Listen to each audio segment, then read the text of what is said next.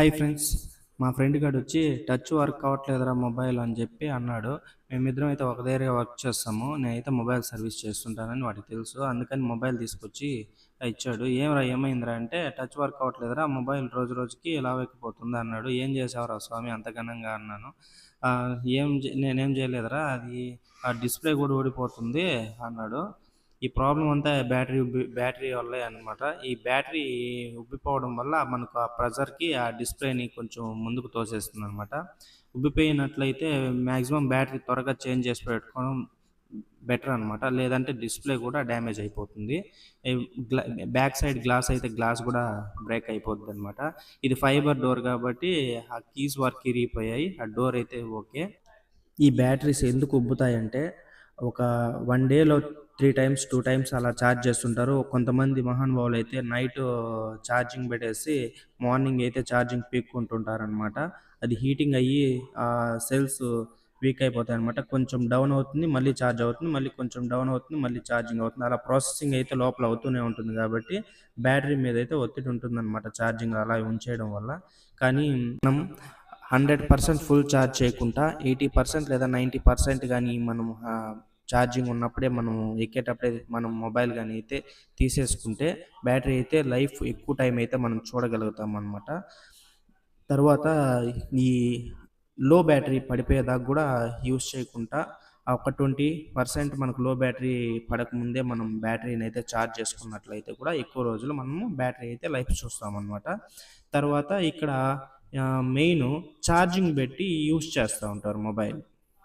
అది ఎలా అంటే ఛార్జింగ్ యూజ్ చేస్తున్నప్పుడు మనము యూజ్ చేసేది సెల్స్ ఖర్చవుతుంటాయి. తర్వాత ఛార్జ్ అవుతూ ఉంటుంది. మళ్ళీ plus, minus, plus, minus start అవ్వటం వల్ల లోపల మనకు ఆహ్, సెల్స్ అనేవి లైట్‌గా వీక్ అయిపోవడం వల్ల అయి 80%, 90% అలా బ్యాటరీ అనేది మనకు తగ్గుతూ వచ్చేస్తూ ఉంటుందనమాట. 100% పెట్టినా మనకప్పుడు 4 అవర్స్ వచ్చేది 3 అవర్స్‌కొచ్చేస్తుంది. మళ్ళీ 3 అవర్స్ అనేది 2 అవర్స్‌కొచ్చేస్తుంది.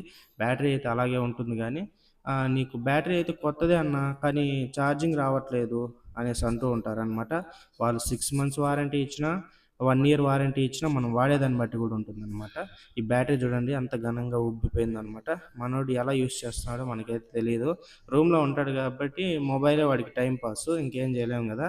బాగా యూజ్ చేస్తాడనమాట మొబైల్ అయితే. మొబైల్ యూజ్ చేయకపోతే కానీ 3 ఇయర్స్ మాక్సిమం యూజ్ చేశాడు. 3 ఇయర్స్ పైనే యూజ్ చేశాడు.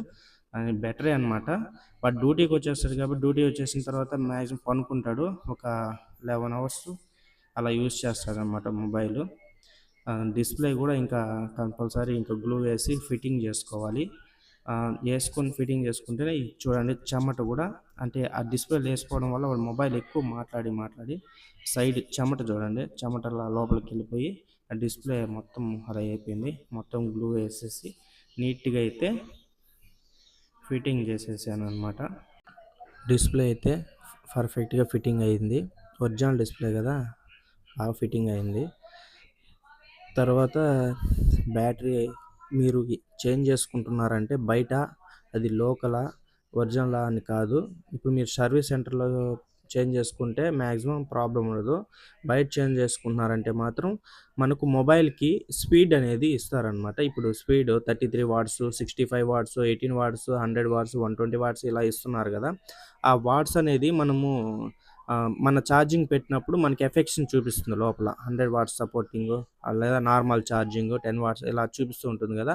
మనం బ్యాటరీ చేంజ్ చేసినప్పుడు అక్కడికి మన ఒరిజినల్ ఛార్జింగ్ తీసుకెళ్ళి ఎక్కడైనా షాప్‌లో మీరిచ్చినప్పుడు ఆ బ్యాటరీ మనకు ఆ అంటే ఒరిజినల్ ఛార్జింగ్ మనం పెట్టినప్పుడు ఆ వాట్స్‌కి సపోర్ట్ చేస్తుందా లేదా అనేది మెయిన్ మీరు చెక్ చేసుకోవాలి. అది మీరు మాక్సిమం షోరూమ్‌లో ఏపించుకోవాలంటే ఎక్కువ కాస్ట్ అవుతూ ఉంటుంది. 2000, 3000 అలా బ్యాటరీస్ పడతా ఉంటాయి. మనకు బయటైతే 1000కి 1500కి అలా ఏసేస్తూ ఉంటారు గాబట్టి 600, 700 అలా ఏస్తూ ఉంటారు గాబట్టి మనం బయటేసుకునేస్తుంటాము. బయటైనా గూడా సరే మీరు స్పీడ్ మనకు ఎంత వాట్స్ సపోర్ట్ చేస్తుంది. మనకు ఆ ఒరిజినల్ ఛార్జింగ్ తీసుకెళ్ళి మనం వాట్స్ అయితే చెక్ చేసుకోవడం చాలా బెస్టు. బయట దొరికే బ్యాటరీలు కూడా ఐఎస్ మార్క్‌తో ఉంటాయన్నమాట. స్పీడ్ ఛార్జింగ్‌కి సపోర్ట్ చేస్తాయి. తర్వాత వాళ్ళేమంటే లోకల్ బ్యాటరీలు, చైనా బ్యాటరీలేసేసి స్పీడ్ పనిచేయలేదని నువ్వు ఇంటికి తీసుకెళ్ళి చెక్ చేసి, "అన్న 2 అవర్స్, 3 అవర్స్ పడతాందన్న. నాకు అప్పుడైతే హాఫ్ అన్ అవర్, 1 అవర్‌లో ఎక్కేసేది. నాది 120 వాట్స్ చార్జరు" అనేసన్నా గూడా, "అది మీరు యేసుకునింది బయట బ్రో, షోరూమ్ బ్యాటరీ అయితే వస్తుంది" అనేసని చెప్పి అలా కథలు చేస్తుంటారనమాట. బయట దొరికే బ్రాండ్స్ కూడా ఐఎస్ మార్క్‌తో ముద్రించబడి ఉంటాయి. మంచి బ్యాటరీస్‌గా చూసి వేసుకోవాలి. మనమే చెక్ చేసుకోవాలి. Please subscribe channel friends. Thank you watching.